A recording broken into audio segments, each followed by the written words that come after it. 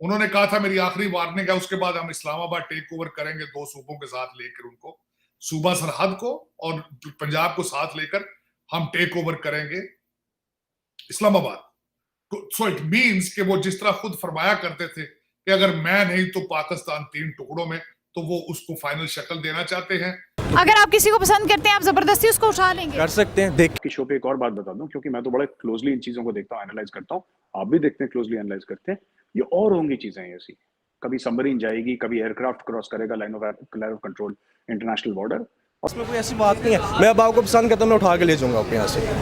आप कैसे लेके जा सकते हैं? मैं आपको पसंद करता हूँ, मैं आपको लेके जा सकता हूँ यहाँ से। लेकिन मैं अपने मुल्क की सरहदें वो तब्दील करना चाहते हैं, जो फरमाया करते थे कि टुकड़े हो जाएंगे अगर मैं नहीं तो टुकड़े, तो टुकड़े करके उन्होंने दिखा दिए हैं कि 2 सूबे और इस्लामाबाद एक तरफ और 2 सूबे एक तरफ हो जाए। उसकी फैमिली के सामने किडनैप किया गया है, गन पॉइंट पे किया गया है, निकाह किया गया, उस लड़की को वापस नहीं किया गया। ये सिख कम्युनिटी के साथ जुल्म नहीं है? नहीं है, जुल्म नहीं है। जब मोदी जी 2014 में आए थे, वो सच में, आप जो भी उनका माने कि ये है, पाकिस्तान में तो बहुत उनके खिलाफ चीजें कही जाती है, लेकिन मोदी जी जब आए थे, उन्होंने सच्चे दिल से हाथ बढ़ाया था दोस्ती का, सच्चे दिल से। ये जो लड़ाई चल रही है, जिसमें इमरान खान को सियासी तौर पर शिकस्त देने में नाकाम होने के बाद हुकूमत जो इंसदाद दहशत गर्दी का पर्चा, FIR, तौहीन अदालत, इस किस्म की कार्रवाइयाँ और शहबाज गिल के हवाले से जो इकदाम उठाए गए, उसकी वजह से ये खदशा है कि पाकिस्तान को अरबों डॉलर्स का नुकसान हो सकता है और पाकिस्तान का GSP+ स्टेटस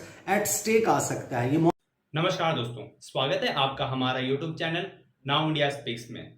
दोस्तों, अब इमरान खान ने पूरी प्लानिंग कर ली है कि अब पाकिस्तान को 2 टुकड़े करने की, और इमरान खान ने अपनी जनता से अपील की है कि वे अपने घर से बाहर निकले और पाकिस्तान गवर्नमेंट और पाकिस्तान आर्मी के खिलाफ प्रोटेस्ट करें। और इमरान खान चाहते हैं कि वो जो प्रोविंस में रूल कर रहे हैं, जैसे कि पंजाब प्रोविंस और खैबर पख्तूनख्वा प्रोविंस के लोग अपने आप को पाकिस्तान से आज़ाद कर ले। और दोस्तों, आप इस वीडियो के दूसरे पार्ट में देखोगे कि किस तरह से एक आम आदमी जो जिहादी सोच रखता है, वो अपने एंकर को कह रहा है कि मैं तुम्हें उठाकर लेके चल जाऊंगा क्योंकि मैं तुम्हें पसंद करता हूं। और ये भी कह रहा है कि जो भी आदमी किसी भी लड़की को पसंद करता है, वो पूरे हक रखता है कि वो लड़की को उठा के शादी कर सकता है। तो चलिए आगे इस वीडियो को देखते हैं। दोस्तों, अगर आपको वीडियो पसंद आए तो वीडियो को लाइक करें और हमारे चैनल को सब्सक्राइब कर ले। पाकिस्तान की फेडरेशन खत्म है, सूबे एक दूसरे के साथ लड़ाई कर रहे हैं, झगड़ा कर रहे हैं। अकॉर्डिंग टू खान साहब इन हरीपुर जलसा, उन्होंने कहा था मेरी आखिरी वार्निंग है, उसके बाद हम इस्लामाबाद टेक ओवर करेंगे, 2 सूबों के साथ लेकर उनको, सूबा सरहद को और पंजाब को साथ लेकर हम टेक ओवर करेंगे इस्लामाबाद। सो इट मीन्स कि वो जिस तरह खुद फरमाया करते थे कि अगर मैं नहीं तो पाकिस्तान 3 टुकड़ों में, तो वो उसको फाइनल शक्ल देना चाहते हैं। क्योंकि पीपल्स पार्टी सूबा सिंध में है और बलोचिस्तान वैसे ही गर्क हो चुका है फ्लड में, तो उसको ये अपने 2 सूबे इस्लामाबाद लेकर पाकिस्तान को डिवाइड करने की आखिरी एक जो उन्होंने अंदिया दे दिया है। और उसी की तरफ पेशरफ्त करते हुए जो झगड़ा साहब हैं, जो फाइनेंस मिनिस्टर हैं सूबा सरहद के, उन्होंने एक लेटर लिख दिया है आपके फाइनेंस मिनिस्टर इस्लामाबाद को, और उसी की कॉपी IMF को भेज दी है कि हम IMF की डील के साथ एग्री नहीं करते। अब मैं बताना चाहूंगा कि उसके असरात क्या हो सकते हैं। सऊदी अरब की डील आपकी जो है वो कंटीजेंट है, वो डिपेंड करती है IMF के पैकेज से। कतर में जाके इस वक्त आपके ना सिर्फ बाजवा साहब बल्कि शहबाज शरीफ साहब जाके कतर में उनसे मिले हैं।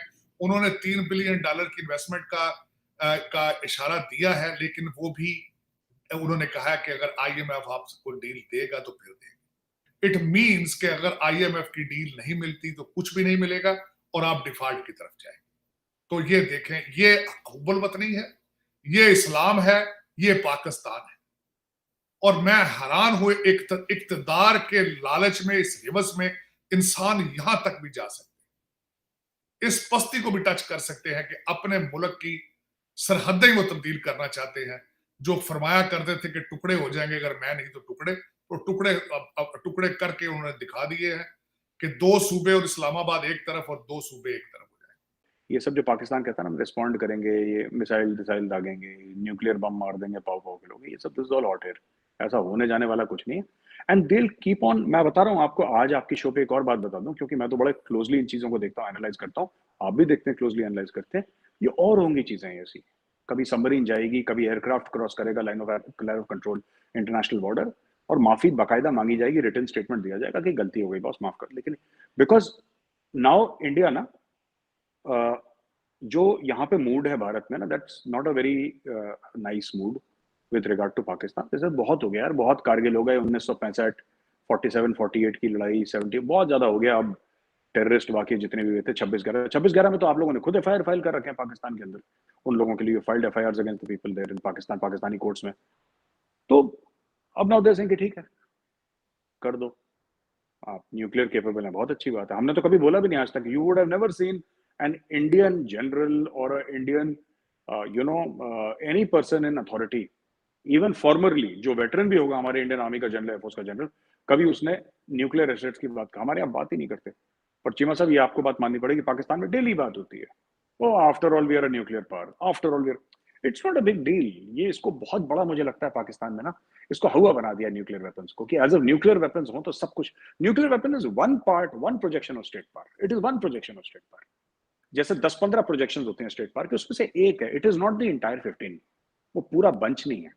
तो किसी न्यूक्लियर पावर पर हमने तो कभी नहीं बोला, वी हैव नेवर, मैंने तो टेलीविजन डिबेट्स पे आज तक नहीं बोला कि we are a nuclear power, we you know we are a nuclear power, world knows we are. इसमें बोलने वाली क्या बात, हम क्या बोलेंगे कि चीमा साहब हम न्यूक्लियर पावर हैं, चीमा साहब डर जाएंगे, बोलेंगे नहीं भाई साहब माफ कर दो, ऐसा तो नहीं होने वाला। You know we are a nuclear power, the world knows. तो भाई तो ये सब ऐसे ही चल रहा है चीमा साहब। ये जो माइंडसेट है ना, 4-5 years back there has been a definite change in the mindset। मैं आपको एक बात गारंटी के साथ बता दूं चीमा साहब, ऑन रिकॉर्ड आपको बोल रहा हूं, जब मोदी जी 2014 में आए थे, वो सच में, आप जो भी उनका माने कि ये है, पाकिस्तान में तो बहुत उनके खिलाफ चीजें कही जाती हैं, लेकिन मोदी जी जब आए थे, उन्होंने सच्चे दिल से हाथ बढ़ाया था दोस्ती का, सच्चे दिल से, वरना नहीं जाते वो, उनका क्या लेना देना है नवाज शरीफ से। नरेंद्र मोदी नवाज शरीफ की क्या रिश्तेदारी, कोई भी नहीं, it doesn't matter. I am very sure कि मियां साहब को भी मैटर नहीं करेगा, वो अगर अपनी सी पे आ जाए तो उनको क्या मैटर करना है, ठीक है। लेकिन अच्छे मन से गए थे, अच्छे दिल से गए थे, चाहे उनको बुलाया था, अच्छे दिल से पठानकोट बुलाया था, उसमें कोई छल कपट नहीं था, उसमें कोई मैल नहीं था।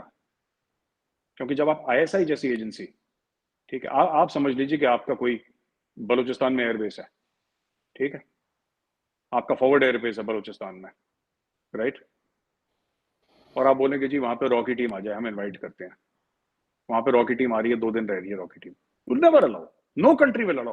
वाई पाकिस्तान, अमेरिका अलाउ कर देगा, चाइना अलाउ कर देगा, नोबडी विल अलाउ सर, आप नहीं अलाउ करोगे। मोदी जी ने बोला ये सर स्वागत है, आप आइए देखिए, हम झूठ नहीं बोल रहे, हम आपको सच बात बोल रहे हैं, आप आके देख लो। उसके बाद ये मन खराब होना शुरू हो गया है, अब मन इतना खराब हो गया है कि अब मुझे लग रहा है कि बहुत समय लग जाएगा इसको, अगर ये ठीक होता है तो, by the way I don't no.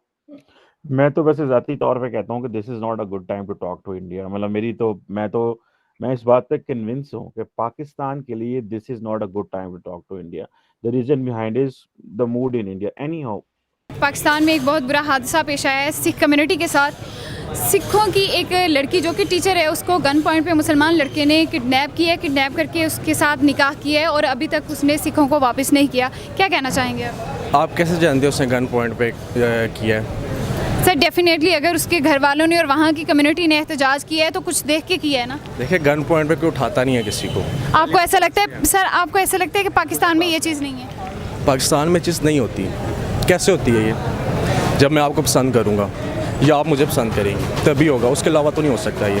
ठीक है, जब मैं आपको पसंद करती हूँ, आप मुझे पसंद करते हैं, तब ये गन पॉइंट वाला सीन नहीं होगा सर। देखिए ये आपने अपनी आंखों से देखा गन पॉइंट। देखिए मैं अब आपको यहाँ से उठा के ले जाता हूँ, ठीक है, मैं आपको ले जाऊँ, आपके घर वाले ने तो ये कहना है ना गन पॉइंट पे लेके चला गया, एक लड़का आया था, ठीक है, मूंछों वाला आया था, वो आया, लड़की देखी पसंद हो गया, उठा के ले गया। घर वाले जो है वो यही करेंगे। उस लड़की से पूछा जाए ना कि लड़की ने क्यों उठाया गया। सर आपको नहीं लगता कि अब जगह जगह पे CCTV फुटेज? कोई भी लड़की है ना ऐसे किसी के साथ नहीं जाती, ठीक है, आप भी हैं, ठीक है, माशाल्लाह आप भी प्यारी हैं, खूबसूरत, आपको किसी से प्यार होगा। अब इसका क्या मतलब, आप उसके साथ चले जाएं, शादी कर ली है तो क्या मतलब, आपके घर वाले ज़ाहिर बात कहेंगे वो लड़का ले गया, गन पॉइंट पे ले गया, ऐसा हो गया वैसा हो गया। ये पता है कि पाकिस्तानी जितनी सोच है ना उतना सोचते हैं। सर ये पाकिस्तानियों की सोच नहीं है, सॉरी मैं आपकी इस बात से एग्री नहीं करती, ये सोच नहीं है। आपको पता है जगह जगह पे कैमरे लगे होते हैं तो डेफिनेटली देखा गया, और स्कूल से जब निकलते हुए उस लड़की को किडनैप किया गया है, गन पॉइंट पे किया गया है, तो आप कैसे कह सकते हैं कि वो पसंद करती है? गन पॉइंट से देखें, गन पॉइंट थोड़ा पीछे भी जाए ना, पीछे क्या हुआ है, क्यों किया, पसंद करता होगा उसको। पसंद करता होगा। अगर आप किसी को पसंद करते हैं आप ज़बरदस्ती उसको उठा लेंगे? कर सकते हैं। देखें इस मुल्क में इंसान जो है ना, एक इंसान हर बंदे को खुशी दे सकता है। आपको भी, आप है ना, मैं आपको खुशी दे सकता हूँ, उनको दे सकता हूँ, उनको सबको दे सकता हूँ। अदालत का दरवाज़ा खटखटाऊंगा इस जुल्म और नाइंसाफ़ी के खिलाफ जो कि इमरान खान साहब ने चाहे जिस भी टोन में की हो। उनकी गुफ्तगू का मकसद ये था कि आईजी इस्लामाबाद और डीआईजी और मजिस्ट्रेट साहिबा इन्होंने जो किया इनको शर्म नहीं आई और मैं इनके खिलाफ केस करूंगा, मैं इनके खिलाफ कानूनी कार्रवाई करूंगा। तो लोग हैरान हैं कि ये बात कहने पर किसी शख्स पर टेररिज्म के चार्जेस कैसे लगाए जा सकते हैं। अब ये मामला किस तरीके से जुड़ा है जीएसपी प्लस स्टेटस के साथ, और इंडिया आपको मालूम है उसका एक खास फोकस है यूरोपियन पार्लियामेंट की तरफ, और यूरोप समेत पाकिस्तान की दुनिया भर में जहां पर भी वो पाकिस्तान के सफारती ताल्लुकात ख़राब करवा सकते हों, जहां पर वो पाकिस्तान को कहीं पर ब्लैक लिस्ट, ग्रे लिस्ट में, आपको पता है FATF समेत मुख्तलिफ फोरम्स पर भारत हमारे खिलाफ लॉबी करता है। यूरोपियन पार्लियामेंट के सामने आपको मालूम है EU डिसइंफो लैब की क्या तफसीलात आई। ये जो टॉर्चर वाला मामला है, आप कितने सारे मामलात, कितने कन्वेंशंस एंड ट्रीटीज़ हैं, किस वक्त ये सब कुछ कर रहे हैं। आप यूरोपियन यूनियन की वेबसाइट पर जाएं, उनकी वेबसाइट eeas.europa.eu/delegation/Pakistan/European Union, आगे आप उसकी तफसील मौजूद है। अगर आप सर्च भी करेंगे पाकिस्तान GSP प्लस स्टेटस तो आपके सामने ये वेबसाइट का ये लिंक जो है वो आ जाएगा, जिसमें यूरोपियन यूनियन बता रहा है हमें जून के महीने में कि हमने डेलीगेशन भेजा। अब जून के महीने में पाकिस्तान में एक डेलीगेशन आया, उसने पाकिस्तान का जो GSP प्लस स्टेटस है उसके हवाले से असेस किया progress in implementation of international conventions के, ये जो बैनुल अक़वामी कन्वेंशंस हैं, मुआहदे हैं, इसके ऊपर पाकिस्तान किस हद तक अमल दरामद कर रहा है। यहाँ पर उन्होंने मुलाकातें की, मुलाकातें करके वो जा चुके, लेकिन अभी पाकिस्तान के हवाले से रिपोर्ट लिखने का अमल जारी है।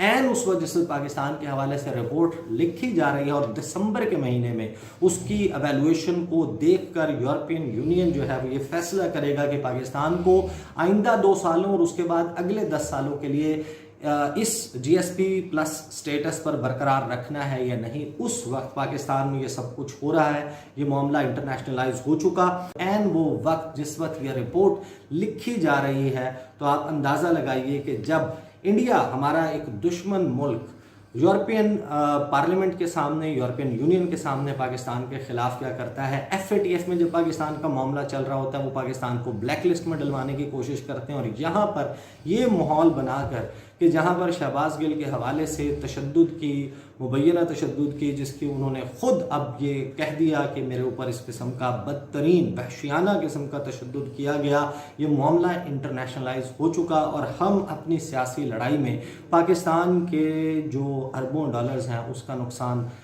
मुमकिन तौर पर कर सकते हैं। लोगों को होश के नाखून लेने चाहिए। आप कर ये रहे हैं कि आप 2 कदम आगे जाएं और 4 कदम पीछे, या 1 कदम आगे जाएं और 2 कदम आप फिर पीछे चले जाएं।